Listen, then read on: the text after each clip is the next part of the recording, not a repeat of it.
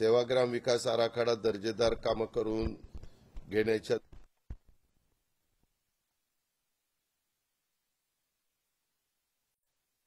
त्याच्यामध्ये बाबी add करायच्यात. Rajesh बकानेंचा area त्याच्यामध्ये येतो, तर त्यांनी सांगितलं की मला ह्या गोष्टी त्याच्यात थोड्याशा ऍड करून पाहिजेत.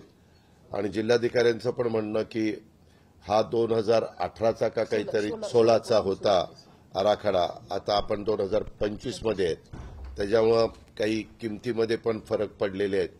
तर त्याला सुधारित प्रशासकीय मान्यता मला द्यावी लागेल, ती आम्ही देऊ. वेळ पडली तर आम्हाला हाय पॉवर कमिटीला पण सांगावं लागेल आणि आमची एक मुख्यमंत्र्यांच्या अध्यक्षतेखाली शिखर समिती असते, त्याच्यात पण मंजुरी घ्यावी लागेल, ते आम्ही घेऊ.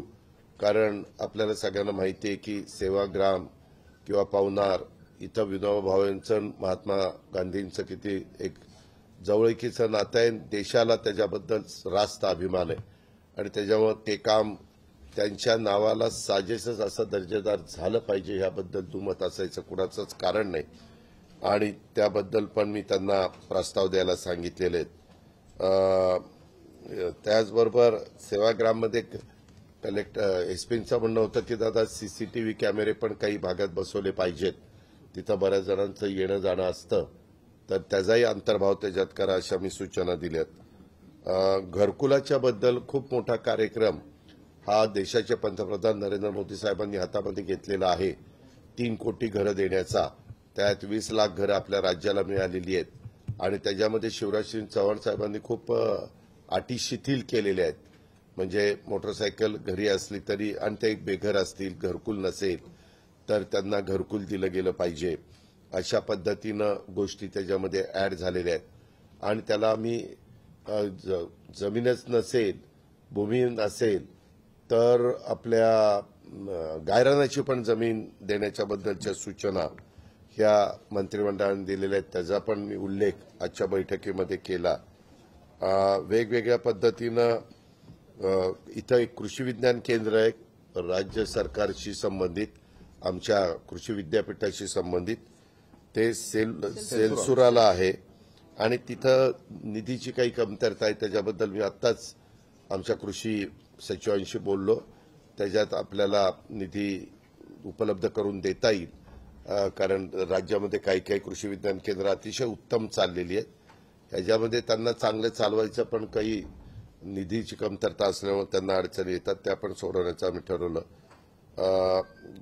बजाज फाउंडेशनच्या मार्फत इथं गाळ काढण्याचं काम होतं आणि ते काम त्यांच्यामार्फत केलं जातं. त्याच्यामध्ये डिझेलचा खर्च तोही जिल्हाधिकारी महोदयांनी सांगितलं की आम्हाला उपलब्ध करून द्या, तोही आम्ही उपलब्ध करून देतोय. सोलरवर आता पंप शेतकऱ्यांना द्यायचा धोरणात्मक निर्णय राज्य सरकारने घेतलाय, परंतु मला इथल्या अधीक्षक अभियंत्यांनी सांगितलं की त्याला म्हणावा असा प्रतिसाद वर्धा जिल्ह्यातल्या शेतकऱ्यांच्याकडनं नाहीये. आणि त्याच्यामुळं त्याचं काय कारण आहे ते काही कळायला मार्ग नाही. लोकप्रतिनिधींनी सांगितलं की बाबा ते पंप तेवढं पाणी मारत नाही वगैरे.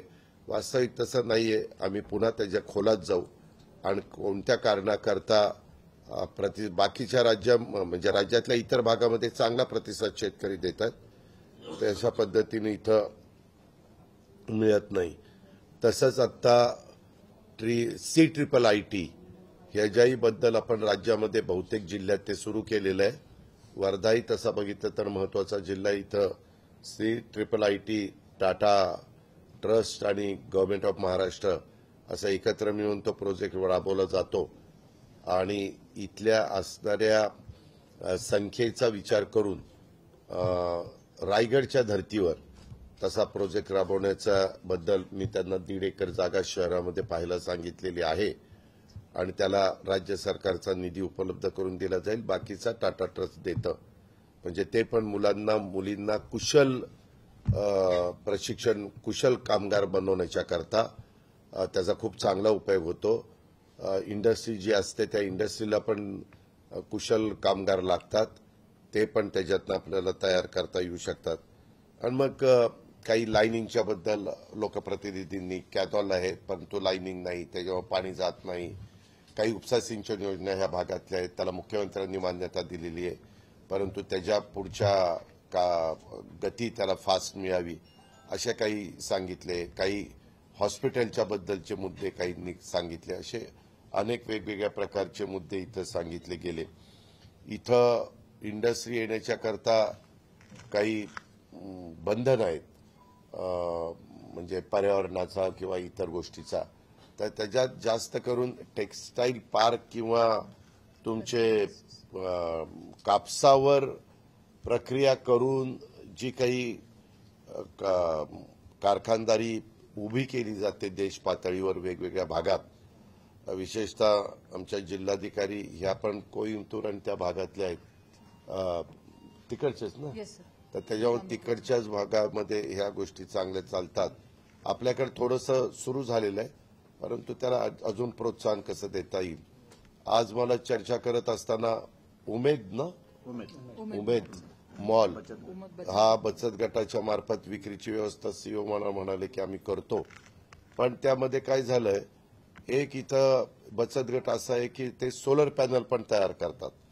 आम्हाला मुख्य कार्यकारी अधिकाऱ्यांनी मीटिंगमध्ये असं सांगितलं की त्यांना 1 कोटीचं भागभांडवल दिलं तर ते आणखीन चांगल्या पद्धतीनं करू शकतील, तर त्याच्याबद्दल ते 1 कोटीचं भागभांडवल देण्याच्या बद्दल पण मी आत्ताच इथनं एका सचिवाशी बोललो आणि ते उपलब्ध करून द्यायला सूचना केलेल्या आहेत. कारण अशा प्रकारच्या नाविन्यपूर्ण गोष्टी होत असतील तर त्याला प्रतिसाद आम्ही लोकांनी दिला पाहिजे आणि इथल्या महिला असतील किंवा पुरुष असतील ह्यांनी पण पुढे आलं पाहिजे. अशा वेगवेगळ्या बाबतीमध्ये अनेक विषयाच्या बद्दलचं प्रेझेंटेशन हे इथं देण्यात आलं आणि ते मी समजून घेतलं. तर ह्याच्यातल्या ज्या चांगल्या गोष्टी असतील ते राज्यामध्ये पण राबवण्याच्या बद्दलच्या मी सूचना देणार आणि तशा पद्धतीनं आम्ही कारवाई करणार. आपल्याला काही विचारायचं असेल तर विचारा. कशामुळे काही जिल्ह्यामध्ये अशी परिस्थिती आहे की मागच्या अतिवृष्टीचे पैसे नाही मिळाले, त्यामुळे आता निधीचं कसं प्रकारे नियोजन? आता अतिवृष्टीच्या पैशाला कुठलीही अडचण नाही. एनडीआरएफ एसडीआरएफच्या संदर्भामध्ये आपल्याकडे केंद्राचा पण निधी असतो, राज्याचा पण निधी असतो. मी आत्ताच जिल्हाधिकाऱ्यांना विचारलं, मी जरा सकाळी लवकर आलो होतो, त्याच्यावर त्यांच्या चेंबरमध्ये आम्ही बसलो होतो, त्यावेळेस त्यांनी मला लक्षात आणून दिलं की दादा असं असं आत्ताचा जे काही घटना घडली त्याचे प्रस्ताव आम्ही पाठवलेत. मी आता नागपूरला जाईल त्यावेळेस विभागीय आयुक्तांच्याकडे घेऊन विभागीय आयुक्तांनी ते मंत्रालयामध्ये पाठवलेत का. मंत्रालयामध्ये कालच आमची कॅबिनेट झाली मुख्यमंत्र्यांच्या अध्यक्षतेखाली आणि त्याच्यामध्ये ह्या सगळ्या गोष्टीला निधी उपलब्ध करून देण्याचे ठरलेलं आहे.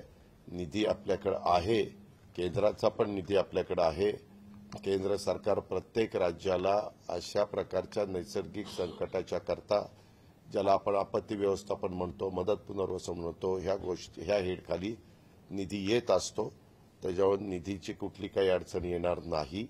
मी मुंबईला गेल्या या संदर्भामध्ये जो काही प्रस्ताव आला त्याला निधी देण्याची व्यवस्था करीन. शिवाय जे काही पंचनामे वगैरे करायचं काम चाललेलं आहे त्याच्याही बद्दल जिल्हाधिकारी महोदयांनी मला सांगितलं की त्यांचं काम चालू आहे.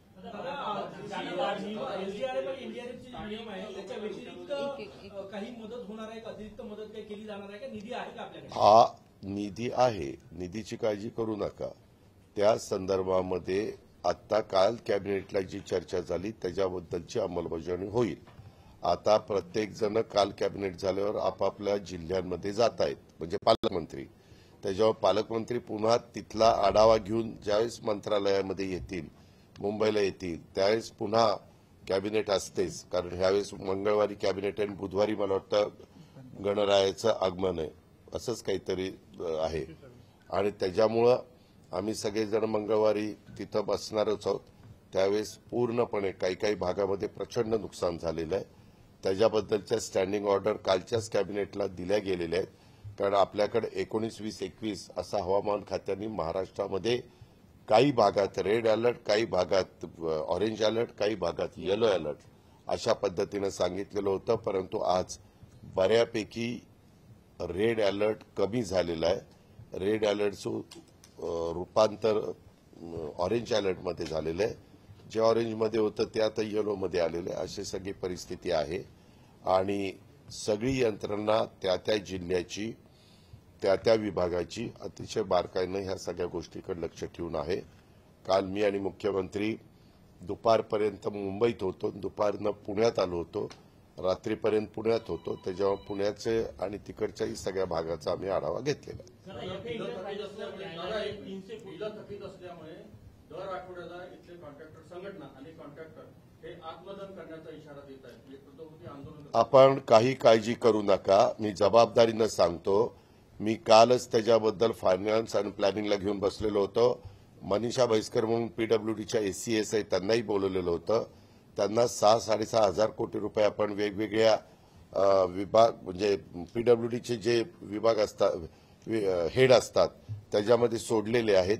पुढचे पण पैसे सोडण्याच्या बद्दलचा प्रस्ताव त्यांना मागितलेला आहे आणि तोही त्या ठिकाणी सोडतो. अशा प्रकारची परिस्थिती राज्यातल्या कॉन्ट्रॅक्टरवर येता कामा नये ही काळजी महायुतीचं सरकार घेत आहे. मी स्वतः वित्तमंत्री म्हणून घेतोय. राज ठाकरे मुख्यमंत्री देवेंद्र फडणवीस यांची भेट घ्यायला गेलेले आहेत. कशाबद्दल माहिती विषय बेस्टमध्ये जो पराभव झाला का दोन्ही ठाकरे बंधूंचा, त्यानंतर ही भेट महत्वाची भेट मानली जाते. मी पत्रकार मित्रांनो, मी काल दुपारपासून पुण्यात, रात्री आलोय नागपूरमध्ये आणि सकाळी पहाटे उठून आलोय आपल्या वर्ध्यात. आता कोण कुणाला तिथं जातंय आणि कोण कुणाला भेटतंय हे अनेक जण भेटत असतात. काही जण राज्याचे प्रमुख कुणी असलं, आज देवेंद्रजी आहेत, त्याच्यामध्ये प्रमुखांना भेटायला तुम्ही सत्तेवर असा सत्तेवर नसा, राजकीय जीवनात असा नसा, अनेक जण जात असतात. काही महत्वाचे प्रश्न असतात ते भेटायला जाणं ही आपली महाराष्ट्राची परंपरा आहे, महाराष्ट्राची संस्कृती आहे. त्याच्यातनं वेगळा अर्थ काढायचं काहीच कारण नाही. साहेब, येणाऱ्या स्थानिक स्वराज्य संस्थेमध्ये महायुतीचं धोरण जिल्ह्यामध्ये कसं असणार आहे? कारण इथं 2 आमदार राष्ट्रवादीचे यापूर्वी राहिलेले आहेत, नगर परिषदेचे नगराध्यक्ष सुद्धा राहिलेले आहेत. आता जिल्हा परिषद आणि नगर परिषदेमध्ये कशा पद्धतीचं वाटप होणार आहे? कारण कार्यकर्त्यांमध्ये आता ती उत्सुकता आहे की आता निवडणूक आता डिसेंबर नंतरच लागणार, तर त्यासाठी आपलं धोरण कसं असलं पाहिजे? आपल्याला नेत्यांकडून काही सूचना नाही, अशा वेळेस महायुतीचं धोरण. तुम्हाला एक गोष्ट मी सांगतो, मला महायुतीचाही अनुभव आहे, महाविकास आघाडीचाही अनुभव आहे. 2014 ते 1999 ते 2014 पर्यंत मी महाविकास आघाडीमध्ये होतो. त्यावेळेस आम्ही केंद्र राज्य सरकारमधल्या निवडणुका लढवायचो, स्थानिक स्वराज्य संस्थांच्या निवडणुका लढवायचो. प्रत्येक पक्षाला तुमची युती असो आघाडी असो आपला आपला पक्ष त्या भागामध्ये वाढवण्याच्या पूर्ण मुभा असते. ह्याबद्दलचे निर्णय हे राज्य पातळीवर होत असतात. त्याबद्दल एकनाथराव शिंदे, देवेंद्र फडणवीस साहेब, रवींद्र चव्हाण, अजित पवार, सुनील तटकरे आणि एकनाथराव शिंदेचे कुणी जे काही ते सहकारी बरोबर घेतील ते आम्ही 6 जण बसून ते निर्णय घेऊ. स्थानिक स्वराज्य संस्थांच्या बाबतीमध्ये सहसा आमचा अनुभव असा आहे, त्या जिल्ह्याला अधिकार द्यायचा.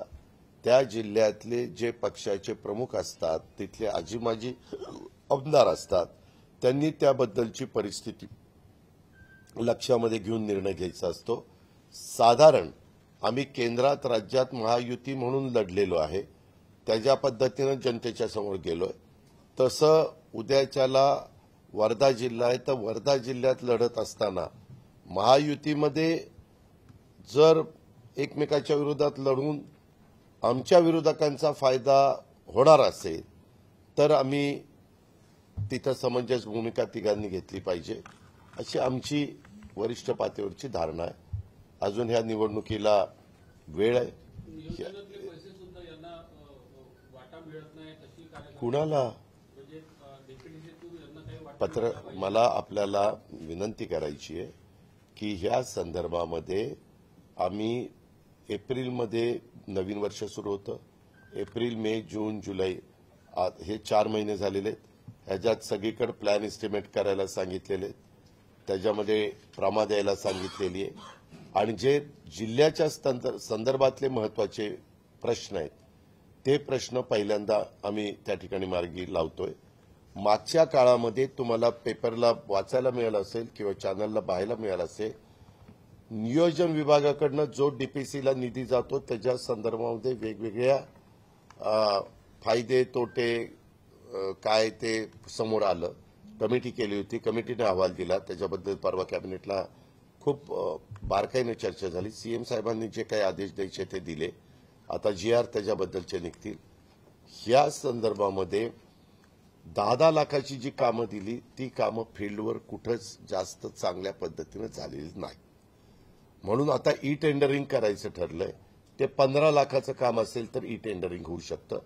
म्हणून आता आम्ही 15 लाखाच्या आत कुठलं काम काढायचंच नाही अशा प्रकारच्या निर्णय घेतोय. त्याचा GR त्यावेळेस येईल आणि अशा पद्धतीनं कामं त्याबद्दलची होतील. आता तुम्ही म्हणताय तसं आमदारांचा 5 कोटीचा निधी असतो. तुम्ही म्हणाल काही ठिकाणी अमक्या पक्षाचे आमदार नाही, तिथं ते राज्यसभेच्या खासदाराचा निधी देऊ शकतात. तिथं ते MLC जे आहेत त्यांचा निधी त्या ठिकाणी देऊ शकतात. कारण MLC पूर्ण राज्याचे त्या ठिकाणी असतात. आता माझ्याच पक्षाचे MLC इथं बसलेले आहेत, संजय खोडके. त्याच्यामुळं आम्ही त्या प्रकारे आपल्या पक्षाच्या MLCंना आणि राज्यसभेच्या सदस्यांना सांगितलं पाहिजे. आणि काही निधी हा आम्ही पालकमंत्र्यांच्या जवळ ठेवलेला आहे. पालकमंत्र्यांना तो निधीच्या संदर्भात आम्ही सांगितलेलं आहे किंवा तुम्ही तिथं ह्या तिन्ही पक्षाच्या कार्यकर्त्यांना म्हणजे उगीच कुठलाही निधी नाही, जो गरजेचा आहे तो. असं तर सगळेच निधी मागत बसतील. मेजर कामं तर आम्ही नॅशनल हायवेची केंद्र सरकार, काही राज्य सरकार ह्या फंडातनं करण्याचा प्रयत्न करतो. काही कामं आम्ही ह्याच्यातनं CSR मधनं करायचा प्रयत्न करतो.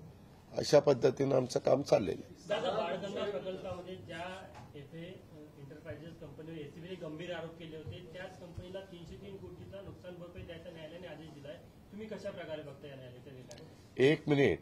ह्या देशामध्ये घटनेचे शिल्पकार डॉक्टर बाबासाहेब आंबेडकरांनी जे संविधान दिलेलं आहे, जी घटना दिलेली आहे, जे कायदे दिलेले आहेत, कायद्याप्रमाणे आपलं राज्य चालतं, कायद्याप्रमाणे आपला देश चालतो, सगळ्या काही गोष्टी होतात. त्याच्यावर न्यायव्यवस्थेने दिलेल्या निर्णयाच्या संदर्भात तुम्हाला मला टीका टिप्पणी करण्याचा काहीच अधिकार नाहीये.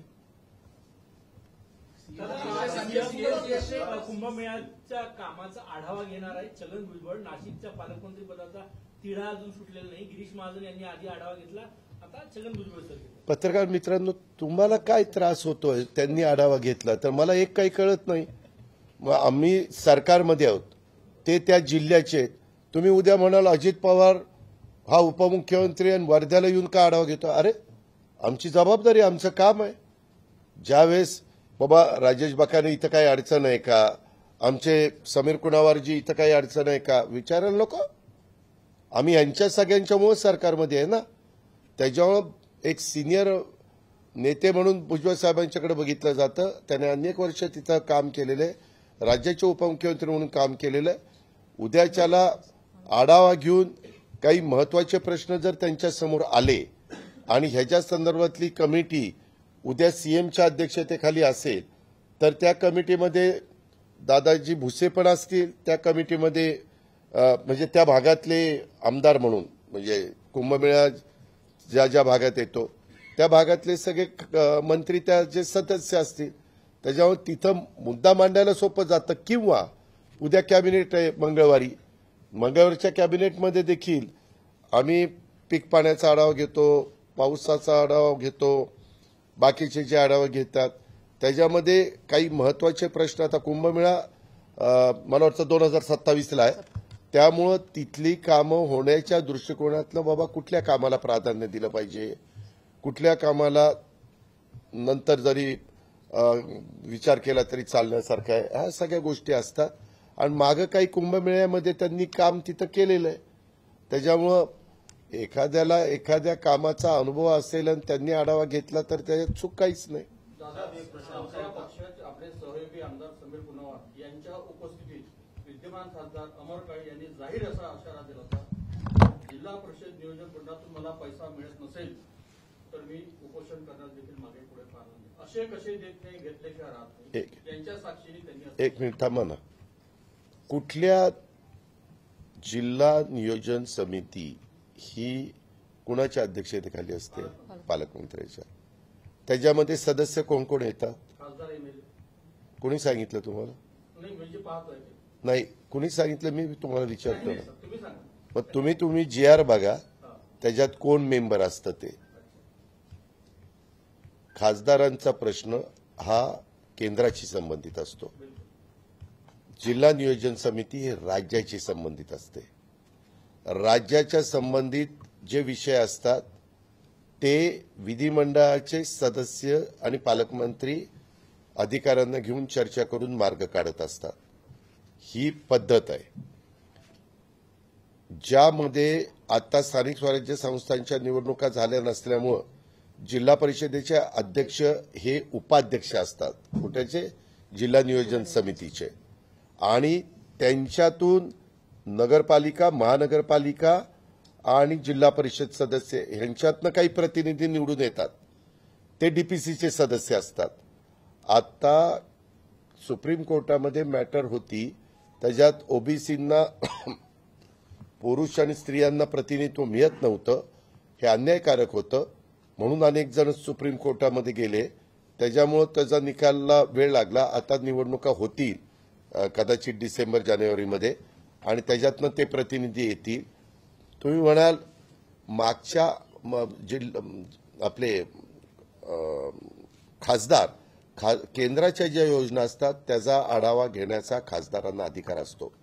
काही योजनांचं त्या खासदारच त्याचे प्रमुख असतात असतात की नाही. त्याच्यात खासदार पूर्णपणे अधिकारवाणी न बोलतात, चर्चा करतात. त्यांना काही सूचना असतात ते देतात. जर आता तुमचा जिल्हा लहान आहे परंतु काही काही जिल्ह्यात 3-3, 4-4 खासदार आले तर त्याच्यात सिनियर खासदार जे असतात ते त्या कमिटीचे अध्यक्ष असतात. असे त्याची यंत्रणा असते. पाठीमागच्या काळामध्ये अनेकदा असे प्रसंग येत नव्हते. सहसा केंद्रात ज्याची सत्ता त्याचेच विचाराचे खासदार असायचे, राज्यात त्यांच्याच विचाराचे आमदार असायचे. त्याच्यामुळं समन्वयाने ते त्या बाबतीमध्ये काम चालायचं. आता कुणी अशा पद्धतीचा निर्वाणाचा इशारा द्यायला लागल्या तर ऐका तरी. ते आता पण मी कशाला रुजवात करतोय कोणाच्या साक्षीने दिलं, मला काय घेणे देणे. त्या संदर्भामध्ये मग नियम दाखवावे लागतील की असे नियम आहेत आणि त्या नियमामध्ये जेवढा काही डीपीसीला खासदारांना अधिकार असेल त्या अधिकाराचा ते वापर करू शकतात. जेवढा डीपीसी मध्ये खासदाराला अधिकार असेल तेवढा. संजय कुमार यांच्या विरुद्ध काल गुन्हा दाखल झाला. कोण? CSDS अरे हो का, आता मी तुम्हाला वेळ दिलाय. तुमचं तरी एक वाक्यता करा. माझा एक प्रश्न होता सर, जिल्ह्यामध्ये गेल्या 50 वर्षापासून दारूबंदी आहे. 50 वर्ष पूर्ण झाली आहे दारूबंदीला आणि दारू कुठे उपलब्ध होते म्हणजे पोलीस यंत्रणेने किती प्रयत्न केले तरी पण ती आटोक्यात आणली जाऊ शकत नाही. आणि दुसरीकडे महसूल सुद्धा शासनाचा बुडतो. म्हणजे दारू सहज उपलब्ध होते आणि महसूल बुडतो. अशा स्थितीमध्ये ही दारूबंदी कायम महसूल बुडला तरी चालेल. आम्ही इथं दारूबंदी ठेवणार कारण वर्धा जिल्हा आहे. इथं महात्मा गांधी आणि विनोबा भावे यांचा एकंदरीत अनेक काळ सहवास राहिलेला आहे आणि त्यांच्या विचारांनी इथला अनेक म्हणजे सेवाग्राम वगैरे तर सगळे देशातले लोक इथं भेटी द्यायला तर पवनारला आणि सेवाग्रामला. त्याच्यामुळं आमच्या डोक्यात अजिबात तशा प्रकारचा विचार नाहीये. नंबर 1. त्याच्यामध्ये जर काही दारू चालत असेल बेकायदेशीर तर त्याला आळा घालण्याचं काम आम्ही आमच्या SP आणि बाकीच्या यंत्रणेशी बोलून करू.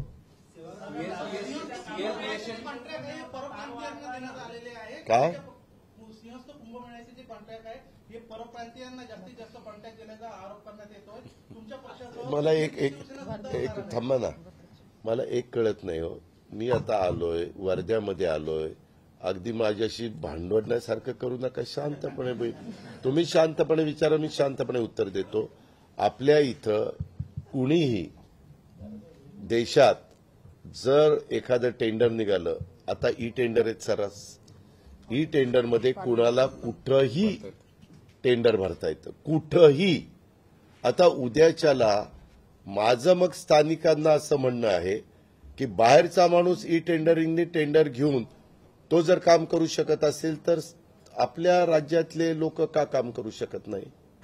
आपल्याला तसं बंधन आणता येणार नाही की उद्या माझ्या वर्ध्यामध्ये जागा भरताना वर्धा जिल्ह्यातल्याच मुलींनी अर्ज करा असं म्हणून चालत नाही. त्याला महाराष्ट्राला अर्ज करावे लागतात. समजलं ना? तशा प्रकारे आम्ही सर्वांना म्हणजे उद्या टेंडर भरताना जर राज्य सरकारचा फायदा होत असेल आणि बाहेरचा माणूस जर कमी पैशांनी टेंडर भरून आपला फायदा करत असेल तर स्पर्धा आहे. जसं आता राष्ट्रीयकृत बँका आहेत, कमर्शियल बँका आहेत, सहकारी बँका आहेत, सगळ्यांना एकमेकांची स्पर्धा करावी लागते, त्याच्यात टिकाव धरावा लागतो. तशा पद्धतीनं आहे ते. काल केंद्रीय गृहमंत्र्यांनी 130वे घटना दुरुस्ती विधेयक सादर केलं. यामध्ये पीएम असो, सीएम की कोणीही मंत्री 30 दिवस जर तुरुंगात असेल तर त्यांचं पद जाणार आहे. राजकारणातली गुन्हेगारी घालवण्यासाठी महत्वाचं पाऊल असं वाटतं तुम्हाला? कारण की विरोधकांनी टीका केली काल या सगळ्या. हो का, कुठल्याही बिल आणल्यानंतर त्याला दोन बाजू असतात.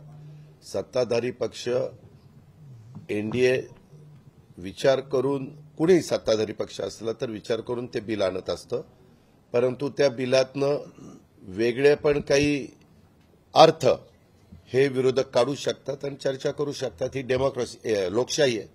लोकशाहीमध्ये प्रत्येकाला आपलं आपलं मत मांडण्याचा अधिकार आहे आणि आम्ही एनडीएचे घटक आहोत. त्याच्यावर एनडीएनी आणलेल्या बिलाला समर्थन करणं आमचं काम आहे.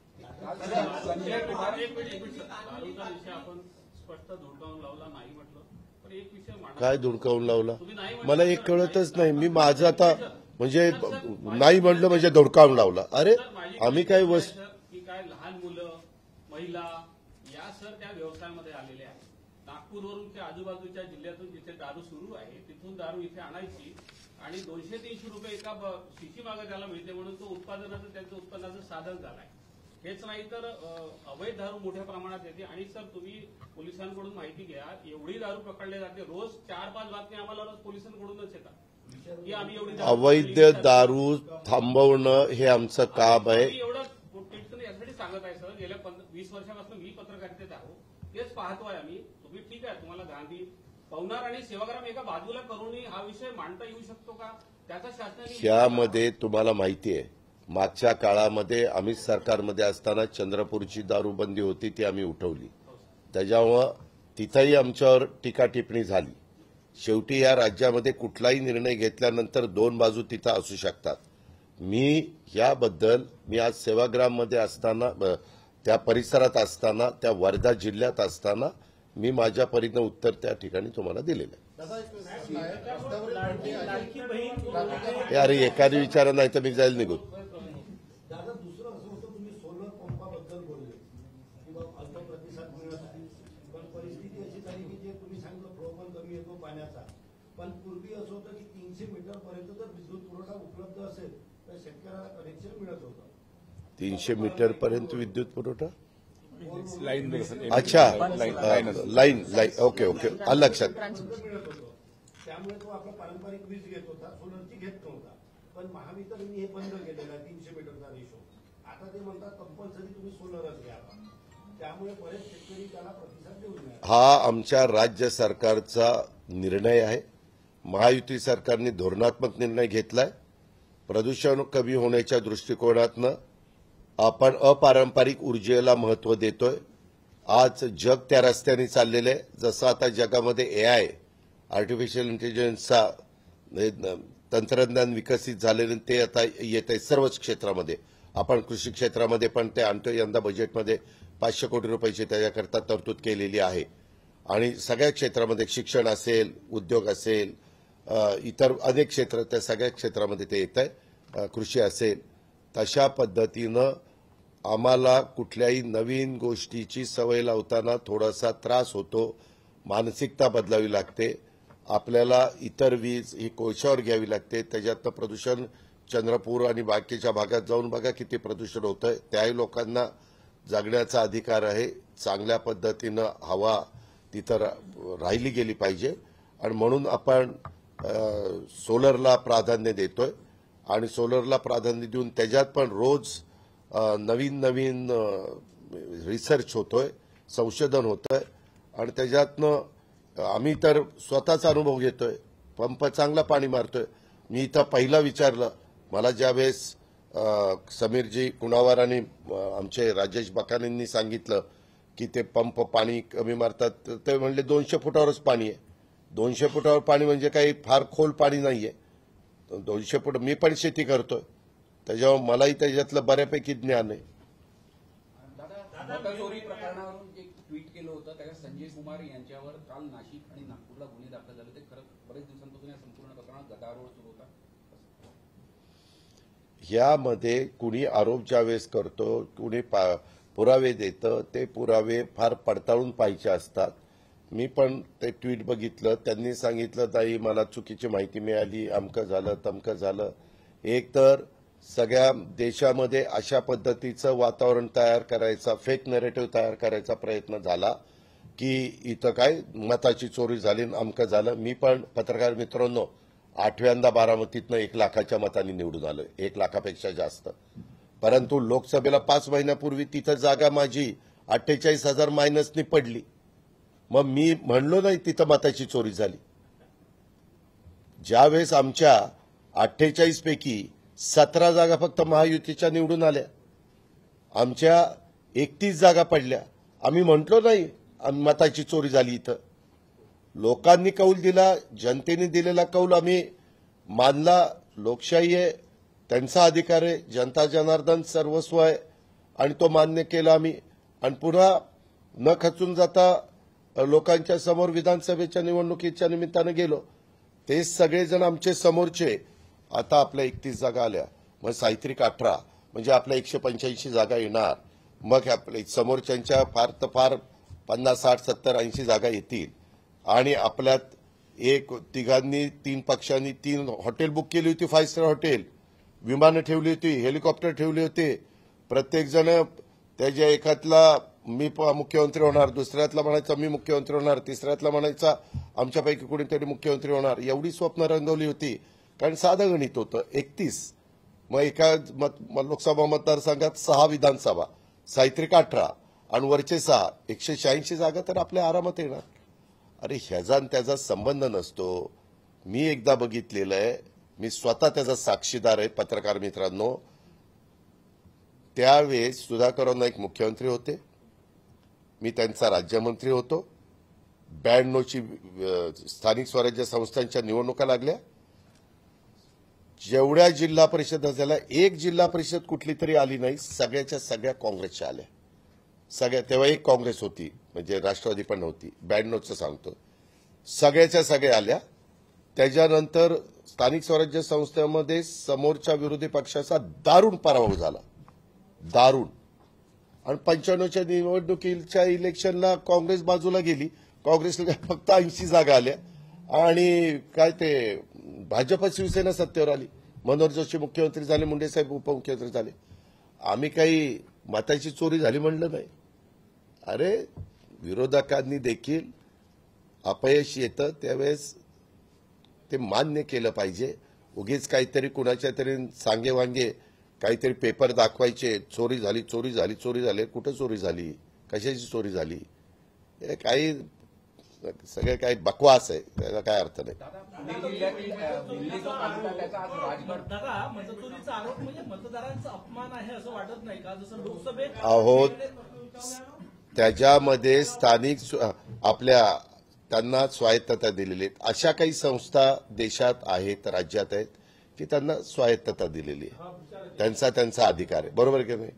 आणि त्याच्यामुळं एक निवडणूक आयोग त्यांना स्वायत्तता दिलेली आहे, ते त्याच्यात कुणी हस्तक्षेप करू शकत नाही. त्यांनी पण मध्ये काय स्टेटमेंट केलं ते तुम्ही बघितलेलं आहे. आणि आता तर त्यांनी एक पत्रकार मित्रांनीच सांगितलं की त्यांनी ते मागे घेतलं, माझी चूक झाली, कबूल केलं वगैरे. परंतु त्याच्यातनं देशात वातावरण किती खराब झालं, गैरसमज निर्माण करायला, फेक नॅरेटिव्ह हे करायला ते प्रयत्न त्यांचा झाला. दादा, मे महिन्यात मोठ्या प्रमाणात अवकाळी पाऊस आला, त्यामुळं संत्रा आणि मोसंबीला भार आलेला होता. पण पाऊस गेल्यानंतर झालेल्या उष्णतामानामुळे पूर्ण भार जळला तो भार. यामुळं संत्रा उत्पादकांचं कोट्यवधी रुपयाचं नुकसान झालेलं आहे. अद्यापपर्यंत त्या संत्रा बागांचे पंचनामे पूर्ण झालेले नाही. त्याच्या संदर्भात प्रस्ताव शासनाकडे गेला की नाही याचं सुद्धा उत्तर आम्हाला प्रशासनाकडून मिळत नाही. कार्यालयात गेल्यानंतर कृषी अधिकारी कार्यालयात राहत नाही, ते काहीतरी प्रभारीच आहे. आता मी सांगू, राज्याचे मुख्यमंत्री देवेंद्र फडणवीस साहेबांच्याकडे हा विषय आल्यानंतर त्यांनी पूर्णपणे जिथं जिथं संत्रा उत्पादक बागांचं असं नुकसान झालेलं आहे तिथं सूचना दिलेल्या आहेत. त्यांचे ताबडतोब पंचनामे करून ते प्रस्ताव तातडीनं विभागीय आयुक्तांच्या मार्फत मंत्रालयामध्ये सादर करा अशा पद्धतीनं सांगण्यात आलं. तुम्ही प्रश्न विचारत असताना मी जिल्हाधिकारी महोदयांशी बोलत होतो. त्यांनी मला सांगितलं, दादा मलाही तशा प्रकारच्या सूचना आल्यात, आम्ही त्या कामाला लागलो. बरोबर आहे ना? बरोबर. दादा राजगड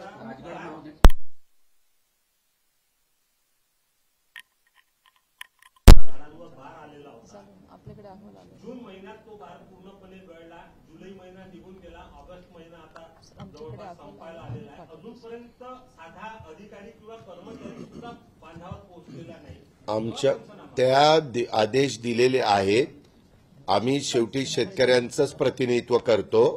त्यामध्ये शेतकऱ्यांना मदत त्या बाबतीमध्ये केली जाईल. मंत्रिमंडळ त्याबद्दलचा निर्णय मुख्यमंत्र्यांच्या अध्यक्षतेखाली घेईल. दादा, सुनेत्रा पवार या राष्ट्र सेविका समितीच्या बैठकीला गेलेल्या आहेत. कंगना रनौत यांच्या घरी बैठक होती. काय? राष्ट्र सेविका समितीच्या बैठकीला सुनेत्रा पवार गेल्या. कंगना रनौत यांनी त्यांच्या घरी बैठक बोलावली होती. मी विचारतो, मला माहित नाही. माझी बायको सकाळपासून संध्याकाळपर्यंत कुठं जाते ते मिनिट मला माहिती नसतं. आपण आत्ताच विचारलेलं आहे. मी आता विचारतो, का ग कुठं गेली होती? काय खरंच ना, मला म्हणजे कधी कधी तो तुमचा अधिकार आहे, परंतु काय आपण प्रश्न विचारावेत. अजित पवार आलाय वर्ध्यामध्ये, आपल्या वर्ध्याच्या फायद्याचं काय विचारायचं ते दिलं सोडून. तर कुठं ब्रेकिंग न्यूज काय देता येईल आणि त्याच्यात मग अजित पवार काय म्हणेल आणि मग ते अजित पवार काय म्हणले आणि मग अमुक काय म्हणलं, आता माझं दाखवतील अजित पवार असं म्हणले, मग तुमचं काय मत आहे, मग त्याचं दाखवतील. काय चाललंय?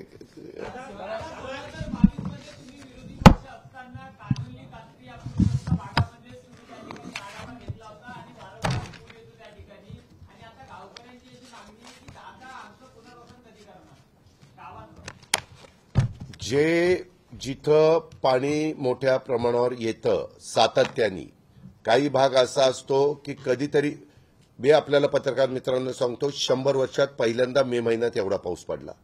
माझ्या तालुक्याचं उदाहरण मी तुम्हाला देईल. माझ्या तालुक्यामध्ये वर्षाची सरासरी 14 ते 15 इंच आहे. त्या 15 दिवसात 15 इंच पाऊस पडला. हे 100 वर्षात घडलं. अशी एखादी गोष्ट कधीतरी घडत असेल 25, 50, 100 वर्षांनी, तर ते निसर्गाचा कोप असतो असं धरून त्याच्यातनं मार्ग काढायचा असतो. मात्र सातत्याने 5 वर्षात दोनदा पाणी येत असेल तर मात्र त्यांचं सुरक्षित ठिकाणी पुनर्वसन करावंच लागतं. कधी कधी आपण धरणं करतो, धरणाचं बॅकवॉटर येतं. जसं आता मध्ये नांदेड जिल्ह्यामध्ये 5-6 गावांना वळसा बसला, त्याच्याबद्दलचा आम्ही सर्वे करायला सांगितलेला आहे की पुढं तसं सातत्याने होणार आहे का. ते होणार असेल तर आम्ही त्यांचं पुनर्वसन दुसरीकडे चांगल्या उंच ठिकाणी, जेणेकरून त्यांना पुन्हा अशा त्रास सहन करावा लागणार नाही अशा पद्धतीनं करणार. दरड जिथं कोसळतात, दरड प्रवण भाग असतो, तिथल्या गावांना पण आम्ही हलवतो की तिथं उद्याच्याला ते खाली आलं तर अख्खच्या अख्खं गाव त्याच्यामध्ये गाडलं जातं. जसं मध्ये उत्तराखंडमध्ये ढगफुकीमुळं काय काय घडलं ते आपण टीव्हीला पाहिलेलं आहे किंवा पेपरमध्ये वाचलेलं आहे. तशा पद्धतीनं आपण जो मुद्दा काढताय तो मुद्दा प्रशासनाने किंवा आमच्या लोकप्रतिनिधींनी सांगितलं नाही, यांचं स्थलांतरच केलं पाहिजे आणि त्याच्याकरता तिथल्या सगळ्या लोकांची पण संमती असेल.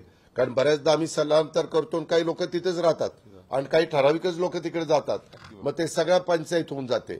त्याच्यावर त्या लोकांचा पण प्रतिसाद तसा असला तर आमची करायची तयारी आहे. शेतकरी आत्महत्यांचा गंभीर प्रश्न आहे. शेतकरी आत्महत्या अपात्र ठरवताना काही काटेकोर निकष लावले जातात आणि मग त्या निकषांवर ते अपात्र किंवा प्रलंबित राहतं प्रकरण.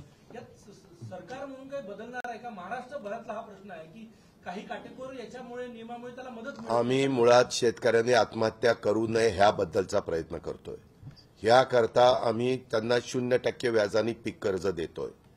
याकरता त्यांना मध्ये केंद्र सरकारने काही निधी आणि काही राज्य सरकारने निधी दिला. तो 12,000 रुपये वर्षाला त्यांना त्यांच्या अकाउंटला डीबीटीला पैसे त्या बाबतीमध्ये टाकतो. त्याचबरोबर ह्या सगळ्या गोष्टी करत असताना त्या शेतकऱ्यांच्या जे गरीब शेतकरी आहेत त्यांच्या महिलांना आम्ही लाडकी बहिणीच्या निमित्तानं 1,500 रुपये महिना सुरू केलेले आहेत. म्हणजे वर्षाला ते 18,000 रुपये त्यांना त्या बाबतीमध्ये मिळतात.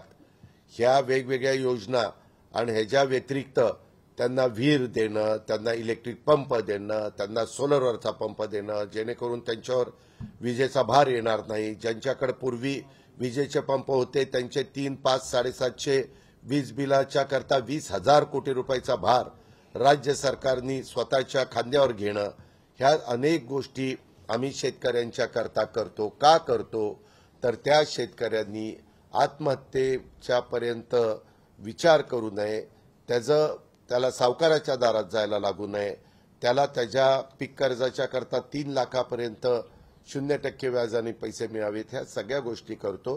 त्याच्यामुळं आमची तर ही धारणा आहे, ह्या प्रयत्न आहे की त्यांनी त्या रस्त्याने जाऊच नाही. दादा, काल समाजवादी पक्षाचे खासदार धर्मेंद्र यादव यांनी लोकसभेत तुमच्याविषयी प्रश्न विचारला. तुम्ही शेतीविषयी बोलताना चक्की पिसिंग म्हणता आणि सरकारनं तुम्हाला म्हणजे भाजपनं तुम्हालाच उपमुख्यमंत्री केलेला आहे त्यांनी सरकारवर. मला उपमुख्यमंत्री केलं तर त्याच्या पोटात काय दुखतं? शेती प्रश्नावर बोलताना चक्की पिसिंग असं बोललं तुम्हाला. तुम्ही काही कसं रे बोलता, त्याच्या मागचा पुढचा अर्थ तरी बघा. मी इतका एकदाच मला 12-15 वर्षापूर्वी एक शब्द वापरला, त्याची किंमत मला मोजावी लागली. तेव्हापासून 10 आता पत्रकार आलेत, आता बघा जरा नीटपणे उत्तर दिलं पाहिजे असा मी विचार करतो. आणि आम्ही बोलताना तुम्ही काही एखादी गोष्ट सहसा व्यवहारामध्ये गाव पातळीवर बोलत असताना चुकीचं तुम्ही वागला, कायदा हातात घेण्याचा प्रयत्न केला, त्याच्यामध्ये जर कुणी त्याच्या सत्ताधारी पक्षाचा असो विरोधी पक्षाचा असो, आम्ही त्याची हायगाई करणार नाही. आमच्या डिपार्टमेंटला सांगून त्याला टायरमध्ये घेऊ, त्याला चक्की पिसिंग करायला लावू. ह्याच्यात काय चुकलं? काय चुकलं? काय काही विचारायचं? लोकल राजकीय प्रश्न होता दादा. आपण इतक्या 4 दफाच्या राजकीय आयुष्यात वर्धा जिल्ह्यात अनेकदा येऊन गेले. ही आपली जिल्ह्यातल्या आगमनाची अशी पहिली वेळ आहे की सहकारातलं देशमुख कुटुंब आपल्यासोबत नाही आहे. याबद्दल असं काही त्यांच्या काही नाही, काही काळजी करू नका. लोक येत असतात, लोक जात असतात, कुणाचं कुणा वाचून नडत नसतं. त्याच्यामुळे आपण तो विचार करू नका. आता पत्रकार मित्रांनो, मी आज तुमची पत्रकार परिषदेला उत्तर देतोय. हा काही वर्धा जिल्ह्याच्या अतिशय जिव्हाळ्याचा प्रश्न आहे का? ह्याच्यातनं वर्धा जिल्ह्याला काही योजना नाही. राजकीय काही राजकारणामध्ये चढ उतार असतात. राजकारणामध्ये अजित पवारनी ज्यावेळेस पासून भाग घेतला त्यावेळेस यशाने मी हुरळून पण जात नाही, अपयशाने खचून पण जात नाही. आणि मी माझ्या कार्यकर्त्यांना सगळ्यांना हेच सांगत असतो. त्याच्यावर मला काही फरक पडत नाही. मी माझं काम करत राहतो. त्याच्याची योग्य वेळ आल्यावर ते आम्ही सांगू ना. 1 मिनिट हे का, आम्ही आमच्या जाहीरनाम्यामध्ये ते होतं. जाहीरनाम्यात पुढं 5 वर्ष आम्हाला निवडून द्या, आम्ही ही गोष्ट करू. आम्ही त्याच्यामध्ये ती गोष्ट करणार आहे, परंतु योग्य वेळ आल्यावर करणार आहे. आता आम्ही आमच्या लाडक्या बहिणीचं आमचं काम चाललेलं आहे. वीज माफी 20,000 कोटी रुपयाची वीज माफी. कशाला म्हणतात 20,000 कोटी? आणि आताही आम्ही शेतकऱ्यांना काय काय केंद्र सरकार राज्य सरकार सहकार्य करतंय किंवा मार्ग काढून देतंय, ह्या सगळ्या गोष्टी सांगितलेल्या आहेत. एकंदरीत राज्यकारभार करत असताना सगळ्या गोष्टीचा विचार करून पुढे पावलं उचलायची असतात. परंतु आमच्या मुख्यमंत्र्यांनी सांगितलेलं आहे, उपमुख्यमंत्र्यांनी सांगितलेलं आहे, मी सांगतोय की योग्य वेळ आल्यावर आम्ही ते करू. पुणे जिल्ह्याबाबतचा प्रश्न होता दादा. राजगड नाव देण्यात आलं वेल्हेला. आता तसा भाऊंनी पण आदेश पण टाकलेला आहे. वेल्हेचं नाव आजपासून राजगड म्हणून ओळखलं. अहो, युगपुरुष छत्रपती शिवाजी महाराजांनी हिंदवी स्वराज्याची स्थापना केली. त्याला जवळपास 400 वर्ष होऊन गेली. आणि अशा महाराजांच्या त्यांनी जे किल्ले जिंकलेले होते त्याच्यात राजगड होता. त्याच्यामुळे तिथल्या लोकांची मागणी होती. आपण सहसा जनतेची जी मागणी असती, आपलं लोकशाही सरकार आहे, आणि त्याच्यावर त्यांची मागणी अनेक वर्षाची राजगड होती. मागे आम्ही त्याच्याबद्दलचा ठराव केलेला होता, कॅबिनेट निर्णय घेतलेला होता, तो केंद्राकडे पाठवलेला होता. त्याच्याबद्दलची मान्यता आली असेल म्हणून त्याचे आदेश निघाले असतील. तसंच आपण उस्मानाबादचं धाराशिव केलं, तसंच आपण औरंगाबादचं काय केलं, छत्रपती संभाजीनगर केलं, असं अनेक अहमदनगरचं अहिल्यानगर केलं. लोकांची मागणी होती तसं केलं. आणि ते तुम्ही युनेस्कोमध्ये देखील जागतिक वारसा त्याच्यामध्ये दिला, त्याच्यात पण राजगड आहे. काय आपल्याला म्हणजे वेलेकरच समाधानी आहेत. म्हणजे राजगड तर चांगलं नाव आहे, उलट तुम्ही आमचं कौतुक केलं पाहिजे सरकारचं. मग ते चांगलं झालं ना. दादा, वर्धा जिल्ह्यात निम्न वर्धा प्रकल्पावरून लिफ्ट इरिगेशनच्या माध्यमातून 8,000 हेक्टर शेती सिंचनाखाली आणण्याचा एक प्रकल्प आहे, ज्याला शासनानं मंजुरी दिली. काम पण 2018 मध्ये सुरू झालं. 2025 मध्यांतरात आला असतानाही त्या प्रकल्पाचं काम पूर्णत्वास गेलेलं नाही. डिसेंबर महिन्याच्या पूर्वी शेतीला पाणी देण्याचं घोषित करण्यात आलं होतं कंपनीकडून. त्यामुळे शेतकऱ्यांनी तिळाची लागवड केली होती, उन्हाळी पिके घेतली, पण कंपनीनं पाणी दिलेलं नाही. त्यामुळे शेतकऱ्यांचं मोठ्या प्रमाणात नुकसान झालं. हा प्रकल्प नेमका कधी पूर्ण होणार, कधी मी आपल्याला सांगू का, मी पण एक शेतकरी आहे. ज्यावेळेस आमच्या विहिरीत पाणी असतं ना, त्याच वेळेस ते पाणी बघून आम्ही ठरवतो की आता कुठलं पीक घ्यायचं. कळलं का? हा, त्याच्यावर ते पाणी पहिल्यांदा शिल्लक असलं तर हे पाऊस पडणार आहे आमका अशावर म्हणजे ह्याच्यावर नाही चालत. त्या संदर्भामध्ये प्रकल्प हातामध्ये घेतल्यानंतर तुम्हाला माहिती आहे, स्वर्गीय इंदिरा गांधी आता वर आहेत. गोसीखुर्द प्रकल्प 350 कोटीचा त्यांच्या काळामध्ये सुरू झालं. किती वर्ष आपल्याला लागली? त्याच्यामध्ये प्रकल्प पूर्ण करताना ज्यांची घरं दारं जमीन जुमला हा पाण्यामध्ये जातो, धरणामध्ये जातो. पिढ्यानपिढ्या वर्षानुवर्ष जशी पृथ्वी अस्तित्वात आली तेव्हापासून ते तिथे राहतात. त्यांना उठवताना त्यांनी प्रतिसाद नाही दिला तर त्यांना समजून सांगूनच उठवावं लागतं. प्रश्न विचारणाऱ्याचंही घर जात नाही आणि उत्तर देणाऱ्याचंही घर जात नाही. त्याच्यामुळे मी अनेकदा त्याच्याबद्दलच्या मीटिंग गोसेखुर्दचं उदाहरणं देतो की घेतलेले आहेत. आम्ही त्यांना स्पेशल केस केली. नेहमीच तो एकट्या आपल्या राज्यापुरता प्रकल्प असताना तो आंतरराज्य प्रकल्प म्हणून 2 जिल्ह्याचा प्रकल्प दाखवला आणि केंद्राचा निधी त्याला आणला. सगळ्या गोष्टी केल्या, अनेक राज्यकर्ते आले, परंतु तिथं आज पण तुम्हाला माहिती आहे, आज गोसीखुर्दमध्ये एवढं पाणी जातं पण आपण अडू शकत नाही, कारण अजूनही काही लोक तिथनं हलायला तयार नाहीत. एक मिनिट आता ऐका ना बाबा, तुम्ही तुमचा प्रश्न विचारला, मला पण काही उत्तर देऊ दे ना. त्या संदर्भामध्ये आम्ही परवा पण आढावा घेतला. आता सगळी धरणं आमची फुल भरलीत, परंतु गोसीखुर्दला आपल्याला फुल करता येत नाही, कारण ती गावं आणि त्यांचे घरदारं त्याच्यामध्ये जात आहेत आणि ते अजून तयार होत नाही. आणि अशा पद्धतीनं आपल्याला बळजबरीनं काही गोष्टी करता येत नाही, सामंजस्याने चर्चेतनंच त्या ठिकाणी कराव्या लागतात. तसं ह्या प्रकल्पाच्या पण संदर्भामध्ये मगाशी जो काही जिल्ह्याचा आढावा घेण्यात आला त्याच्यामध्ये त्यांनी ते पण सांगितलं. आता मुख्यमंत्र्यांनी इथले काही 3-4 प्रकल्पाला उपसा सिंचन योजनेला जर परवानगी द्यायची असेल तर मुख्यमंत्र्यांच्याच अध्यक्षतेखाली कमिटी आहे आणि त्यांचीच परवानगी लागते. त्यांनी त्या परवानग्या दिलेल्या आहेत. ह्याच्या संदर्भामध्ये कोणत्या कारणाकरता हा प्रकल्प थांबलेला आहे त्याच्या संदर्भामध्ये मी व्हीआयडीसीचे चेअरमन आमचे गिरीश महाजन साहेब आणि सचिव दीपक कपूर त्यांना सगळ्यांशी बोलीन आणि ह्याच्यामध्ये आर्थिक बाबतीमध्ये काही कारणांनी थांबलेला असेल तर त्याच्यामध्ये मी मदत करेन. चला, थँक्यू.